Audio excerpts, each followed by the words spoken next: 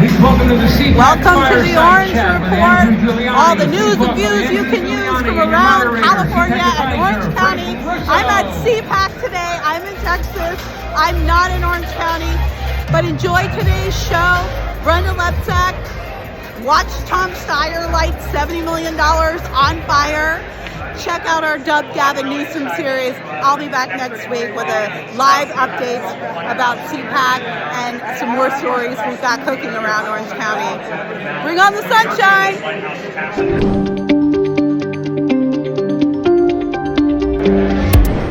All right, well, we're continuing our coverage of CPAC here in Dallas. It's been a great event so far. I even had praise and worship this morning. But why don't you check out this insane interview from Tom Steyer. Watch Tom Steyer light up $70 million in real time. Thank you, Ashley Zavala. You guys know we've got we have a governor's race going on here in California. Y'all know I'm a Steve Hilton gal. Steve's been a friend of mine for a long time, but I also just really love his platform. I love the golden ticket. Huge fan of Gloria Romero.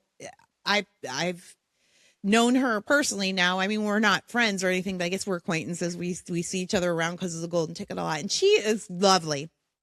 She is lovely and intelligent and inspiring. And I love Michael Gates, who I think is the first attorney general I've ever seen come through California that actually has some name recognition and a plan. You know, people like him. They like to hear from him. They like having him around. I've been to many of his events so far. It's really exciting. So we've got this golden ticket shaping up, but the Democrat side is floundering. And isn't this interesting, everybody? This is what I tell you. You never give up. Don't give up. We're not there yet. It's not time to give up. So we've got a crowded Democrat field.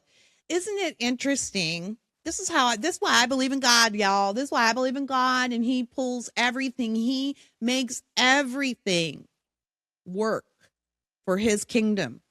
And so here in California, we have this super majority Democrat legislature that's come to us because of these jungle primaries that they forced on us almost 20 years ago now. And Republicans have not been able to win a majority since. And now we just don't win at all, almost. The only way we win is when we have Republican red sort of gerrymandered districts.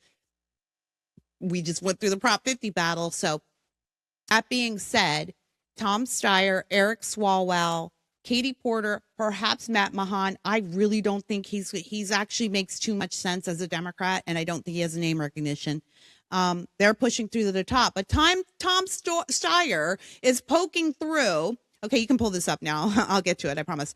Tom Steyer is poking through because he has spent so far $70 billion in ads to poll at now 10%. Hilton is up there at 17. You want to know what Hilton has spent in ad dollars so far? Zero. Nothing. He hasn't spent a damn dime, and he's polling at the top. Tom Steyer, he's spent $70 million of his own money so far, and he's polling at 10%. Here he is with one of our really amazing local reporters, Ashley Zavala. She does reporting out of Sacramento. She's sitting down with all the candidates.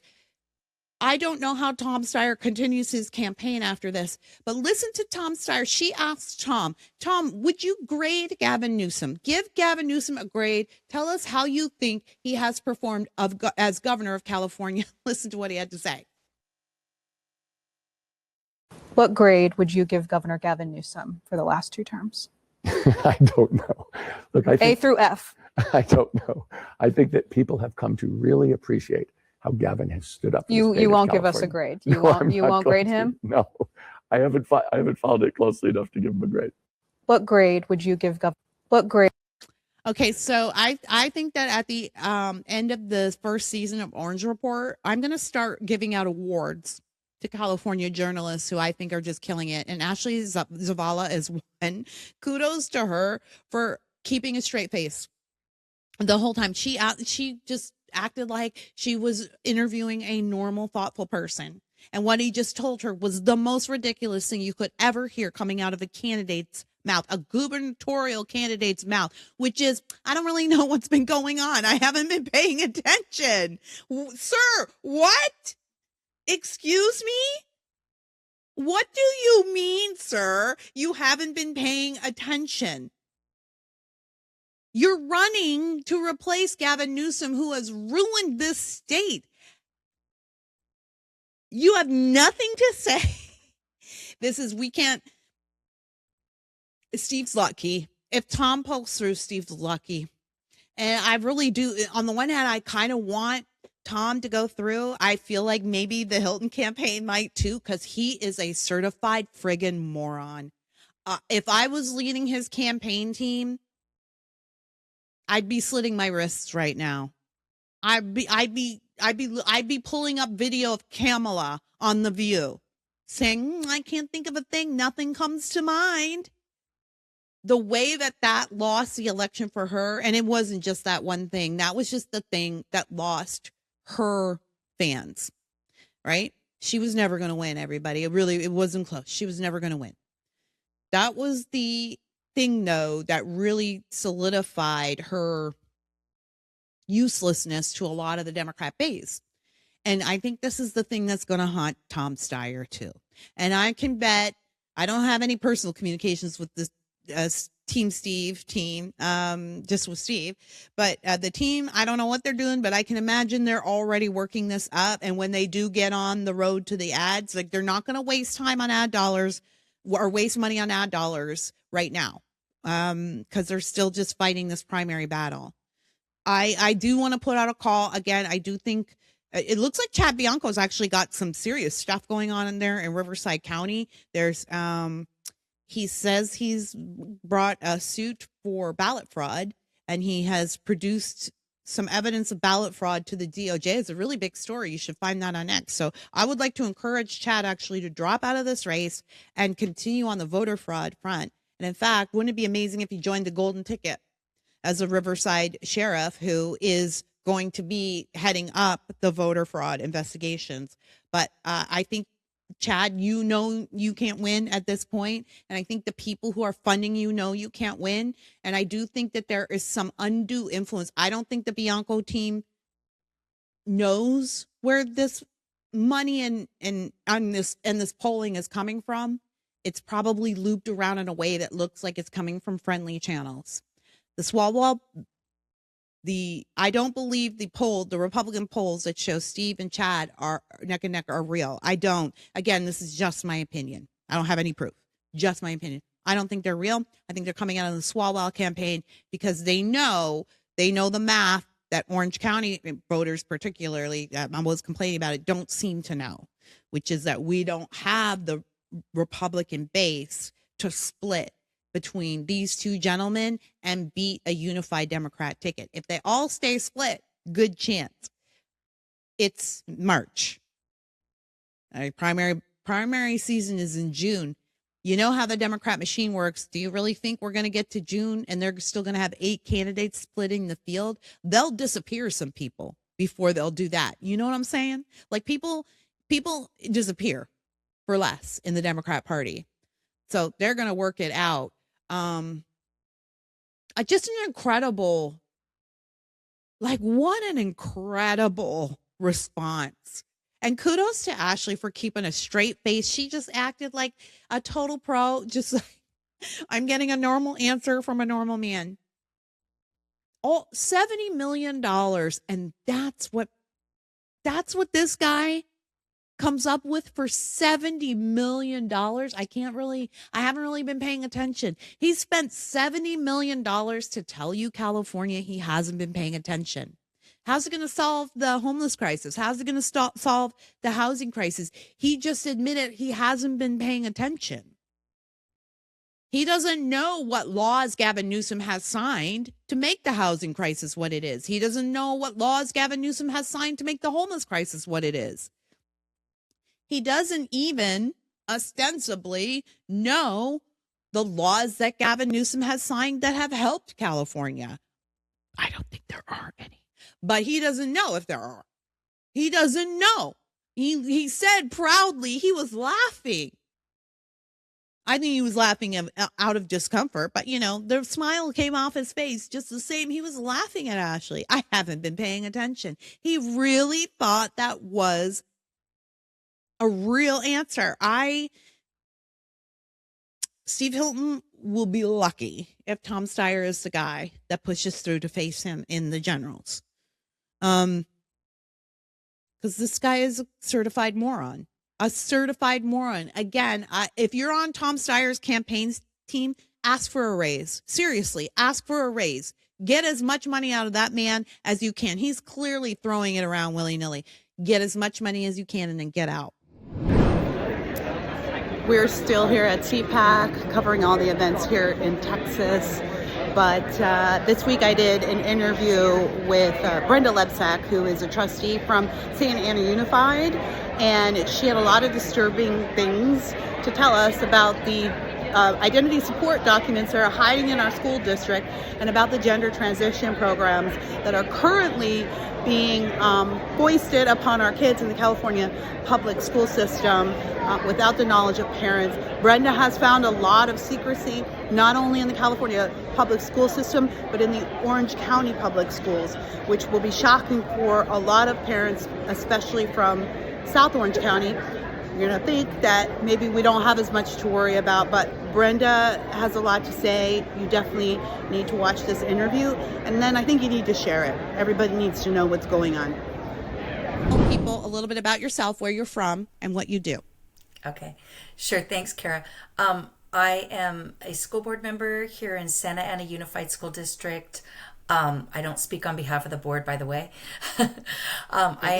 I have been a teacher, a public school teacher, since 1990 in California, and I was a school board member from 2016 to 2020 in Orange Unified. I was a CTA state delegate, which stands for the California Teachers Association, the teachers union, for a while, and opened my eyes to many things of my teachers union, started writing a lot of articles about my union to expose the corruption of it. Left my union and tried to tell other teachers, you need to know what's going on. My husband and I have been married 40 years. We've been in Christian ministry for many years, and we have 2 kids and going on 4 grandkids. Oh, Yeah. beautiful. And just to reiterate, you are a member of the Santa Ana Unified School District School Board or Board of Trustees, but you are not here speaking in an official capacity. So let's just make that clear. Yes, I am, though. I started an interfaith statewide coalition group about 7 years ago. So I do work with clergy of many different faiths, trying to increase the rights of parents and also our religious rights. Orthodox faiths that also believe that God created us male and female, and that marriage is between a man and a woman. So we try to work together to strengthen our rights as parents. I ran, Brenda, and I'm going to ask you about, I want to dig in on this, but yes, you may or may not know that I ran for Capistrano Unified School District in 2022. And I lost because I was being so like, look, what's happening? No, boys can't be girls. And I was told by a lot of party members, even, it's too much, Kira. Like, people are going to think you're crazy. And I lost on that boldness. But since that time, the curriculum has poked through. Yes. Right? Yes. And people are starting to realize, oh no, no one remembers me now. I'm the one that's constantly out here reminding people, but no one remembers me now. But the point is that since that time, people are starting to figure it out. Brenda, last week I had my friend Shan on. She was talking about the identity support documents in our school districts. My school district is Capistrano Unified. Supposedly we have a Republican/conservative board, but they have not addressed the identity support document situation at all. But that's what I wanted to talk to you about, because I don't think people in Orange County know that this exists, or that they might not be able to find out that it exists if they don't even know it's there, period. There's no mechanism for you to know that this is in your school unless you meet a person like Brenda. So Brenda, tell us what an identity support document is, and tell us what you have discovered about who is using it in our school systems and how many. Yeah. Okay, so I did a public records request, and through my Interfaith Statewide Coalition, and I did it I tried to do all of the Orange County school districts, asking how many kids have changed their gender identity between the years of 2014 to 2024. I'm sorry, 2017 to 2024. So I need to update my numbers because these are a couple years old now. But many districts cooperated and gave us their numbers, and then many did not. They said it was a FERPA violation, that they couldn't share it, or LA Unified asked for a couple extensions and then said they couldn't find the records.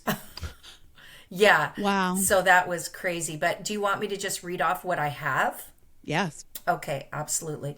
So San Diego Unified was 800 students. Oh, wait. I'm sorry. Hang on. We are talking about the number of students who have requested an identity support document or to change their records, right? Correct. Read that number again. 800. Wow. Yeah. Okay, keep going. I didn't know it was that much. Los Alamitos School District is 58 students. Anaheim Union High School District is 53. Fullerton Joint Union High School is, now this is for only 1 year. They gave me 2023 to 2024 is 106. Yeah, that's for 1 year. And they were the only district that, because I also asked how many out of these students do their parents know that they're on identity support plans. This is the only district that gave me this information. And they told me out of the 106, only 2 of the parents know. Oh my gosh. Yeah, that was startling. Yeah, just let that sink in, right?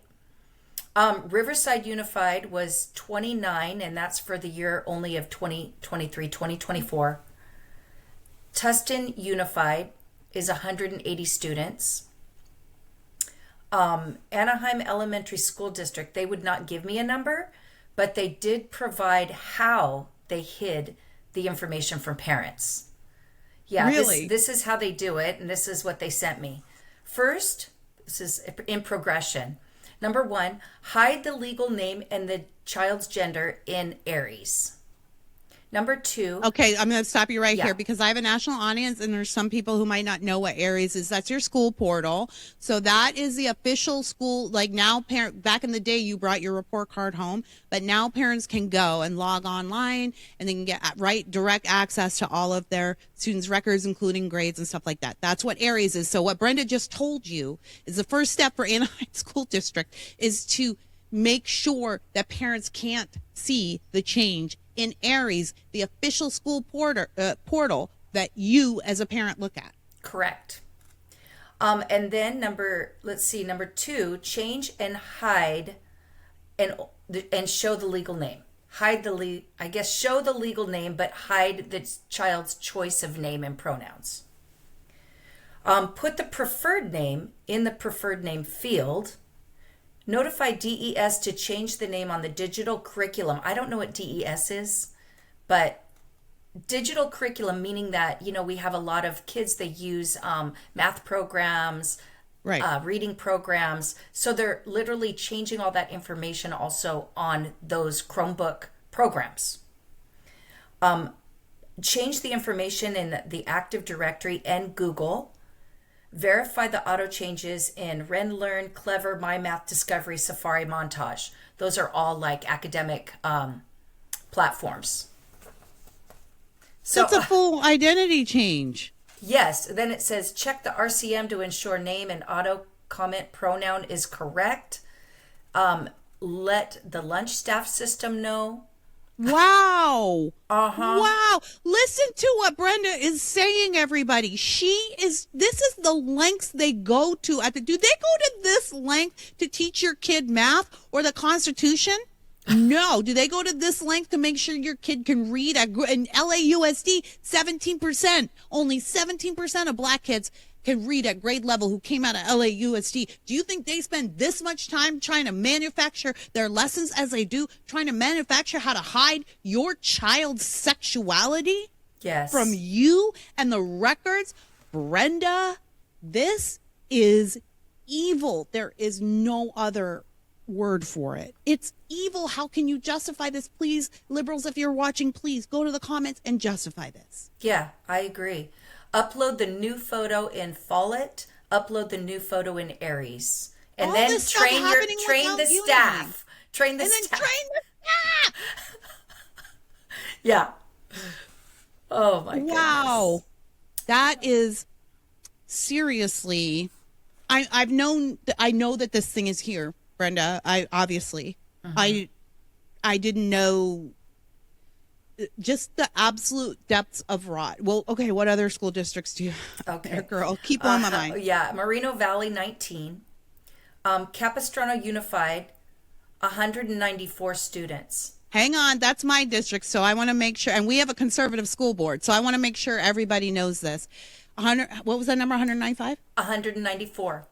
194 students in Capistrano Unified. Y'all, this is the land of, this family land, right? Where we all pride ourselves on being nuclear families, and we're family friendly and family oriented. 194 students in Capistrano Unified District right now are under a gender identity support transition that is most likely, according to the statistics we're seeing, being, for the most part, most of those children are doing that in the secrecy of their parents, and they don't even have the courtesy of, they're not even being given the courtesy of hearing about it when they log in to their own Aries portal, which, Brenda, correct me if I'm wrong, is that not illegal? Because that's not what this bill says. It's supposed to be the same on the portal.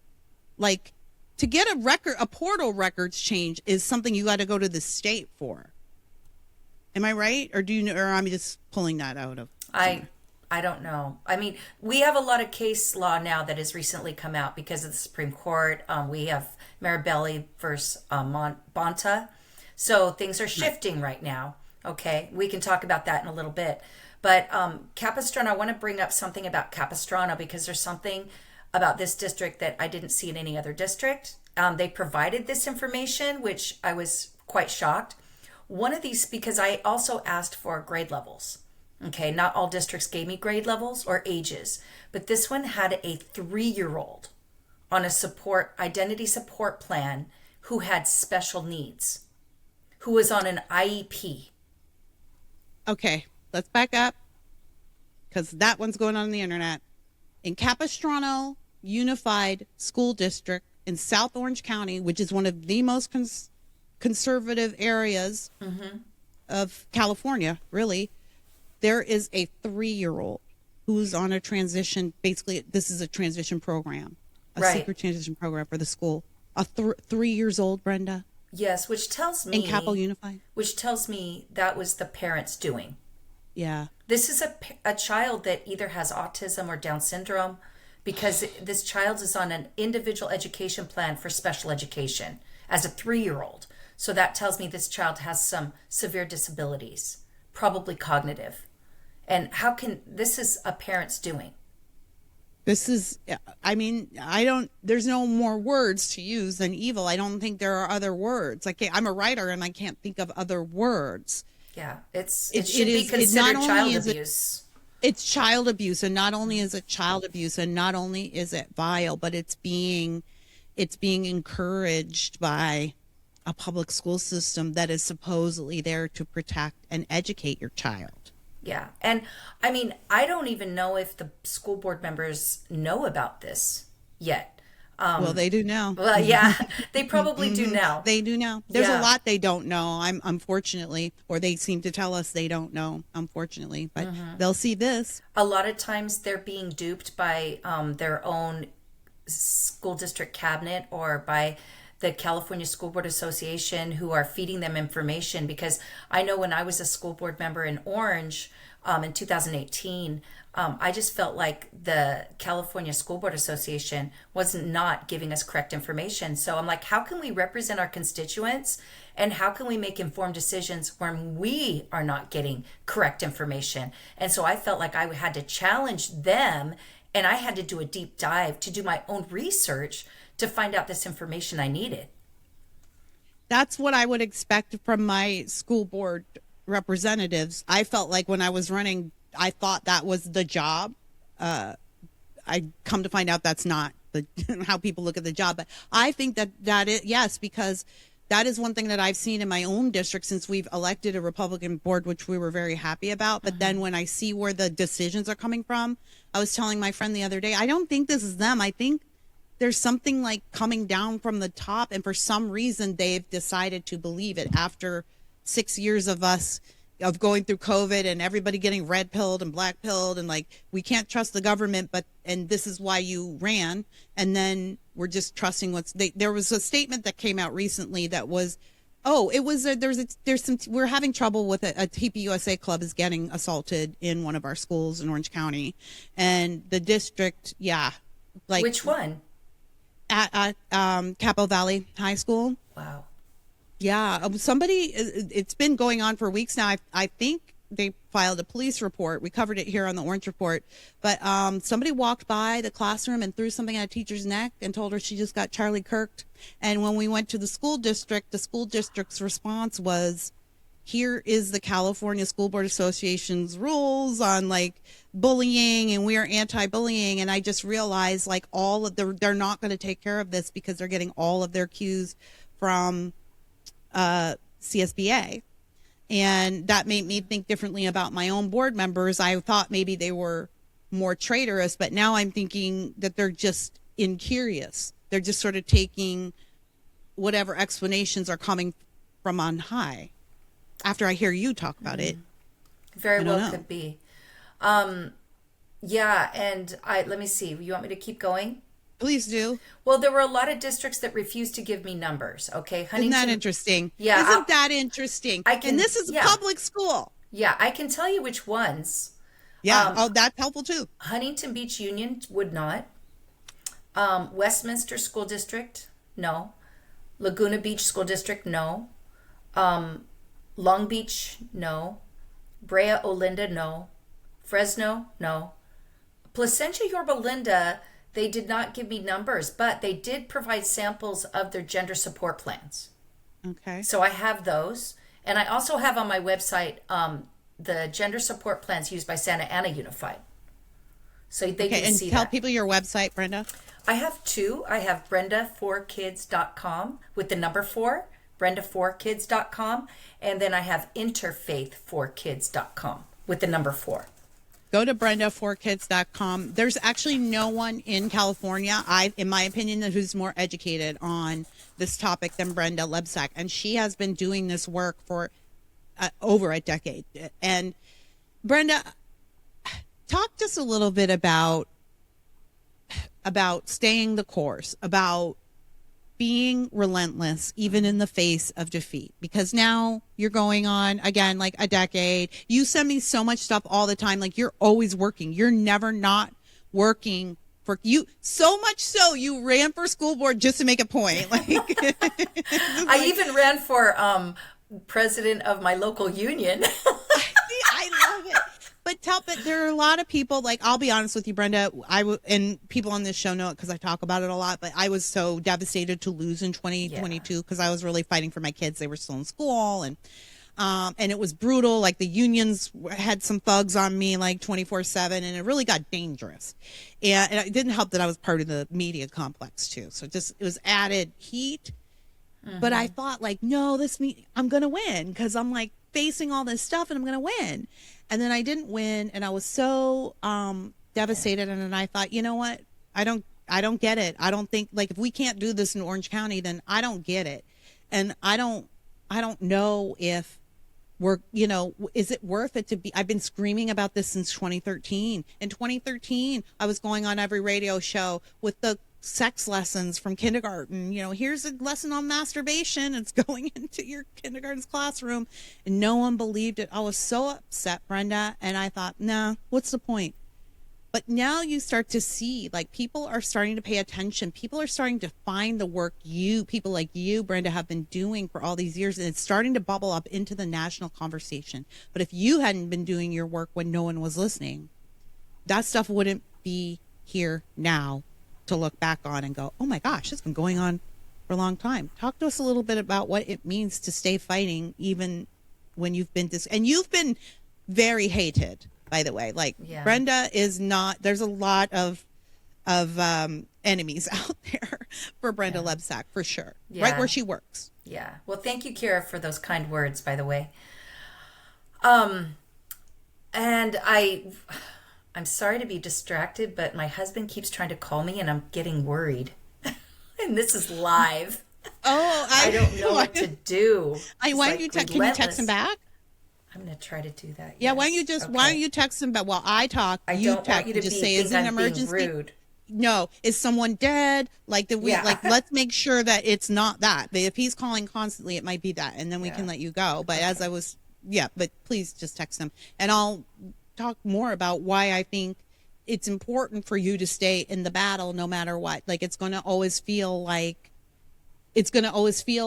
you're losing, especially when you're on the right side. I think back to how we've been in this fight since 2013, and no one believed me. Everyone thought it was ridiculous. Did you hear back yet, Brenda? Yes. No? Okay. I'm good.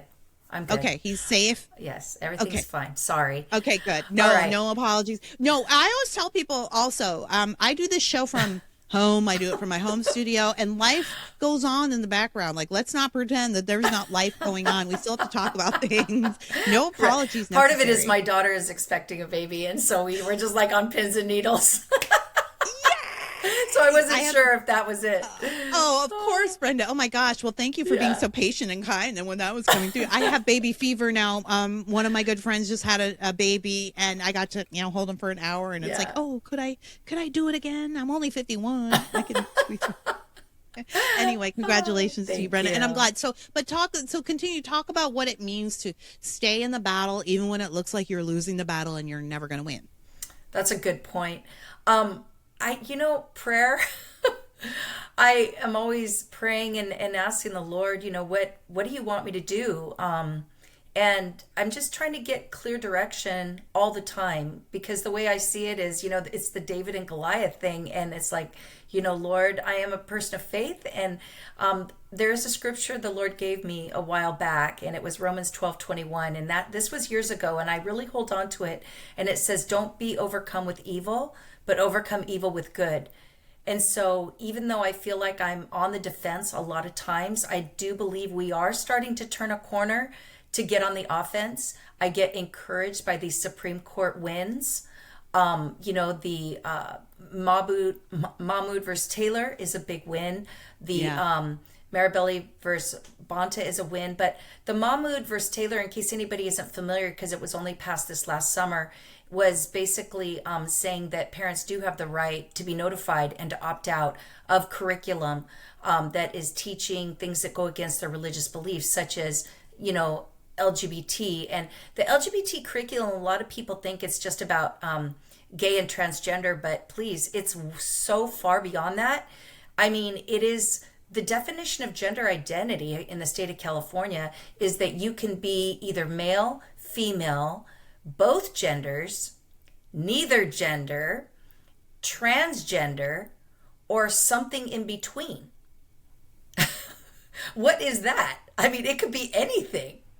So, well, isn't that the point, Brenda? Or gender fluid too.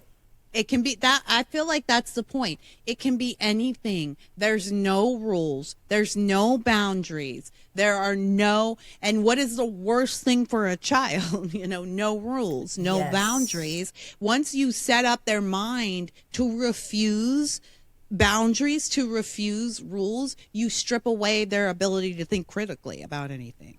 Absolutely. And there's research with Durkheim said the number one cause of suicide is anomie, which means normlessness, no boundaries. Yep. Okay. Yep. And this whole LGBTQ plus, the plus, people don't pay attention to that plus, but that means no boundaries. And when actually in the health framework of 2019, when the California Department of Ed put out that definition of LGBTQIA plus, they said that gender and sexuality is ever expansive and ever evolving. That was their definition. So I put in, they had a 60-day window of community input, and I asked that they add one line exempting pedophilia or minor attracted persons map as a future sexual orientation or identity. And they refused. Brenda, You better quit. Really? That's correct. They refused to include one line of exemption. What do you want from me, California? What do you want? It's right here. It's blatant in your face. It's blatant. Until this moment in time, this era, we really haven't had the platforms to be able to express these, get these messages out. People like Brenda out there have been doing the Lord's work for a long time on their own without the Nick Shirleys. And now it's starting to bubble up. I want everyone to know how evil it is here, how important it is that we fix this now in this election cycle. God bless America and God bless CPAC today. Thank you for joining wrapping up praise and worship. No new shows this week, but please enjoy some of the best from dubbed Gavin Newsom. A lot of people are asking if I still govern California, and those people can take a hike. Okay, because obviously I'm not. I've got things to do. I've got back and forth. I'm going to Davos. I'm going to South Carolina. I mean, I got to keep chugging along. I've got a campaign to run. And, you know, it's narrow-minded thinking that I can only be a governor. I can do a lot of jobs, specific things that don't have anything to do with you, California, because I want to be president someday. And that's all I care about right now. So, yeah, vote for me in 2028. You need to know everything you see happening in California is my fault. But I don't care. I didn't do any of this on purpose. Well, I did do it on purpose, but it doesn't matter because you're the people who have to deal with it, not me. The only thing that matters to me is my presidential hopes. Okay, but listen, check this out. If I did my job here in California, who would be running for president in DC? Kamala Harris? That moron? She fell out of a coconut tree. Everybody's telling me, come back to California, do your job here, work here. My job is running for president. My job is Gavin Newsom. And Californians need to understand that and give me a break. Jennifer's going to be the first partner. I'm going to be the president, and California will still suck, but it won't matter because I won't live here anymore. I barely live here now. And that's fine. Don't ask me to come back here. I have no good business here. I've already drained it of all its resources, vegetation, and happiness. Bigger and better things. It's time to bring the Newsom brand to America, so America loses. There's nothing I hate more than voters who complain all the time about how bad everything is in California. They're losers. Okay, we'll be back from CPAC next week with some fresh shows and live updates. I'll tell you everything I learned here at CPAC, all the things I saw. We have a lot of work ahead of us, but I've been very encouraged because there's a lot of people doing the work. Oh, here's the news map. Spook. There it is. Don't forget to subscribe, like, and share.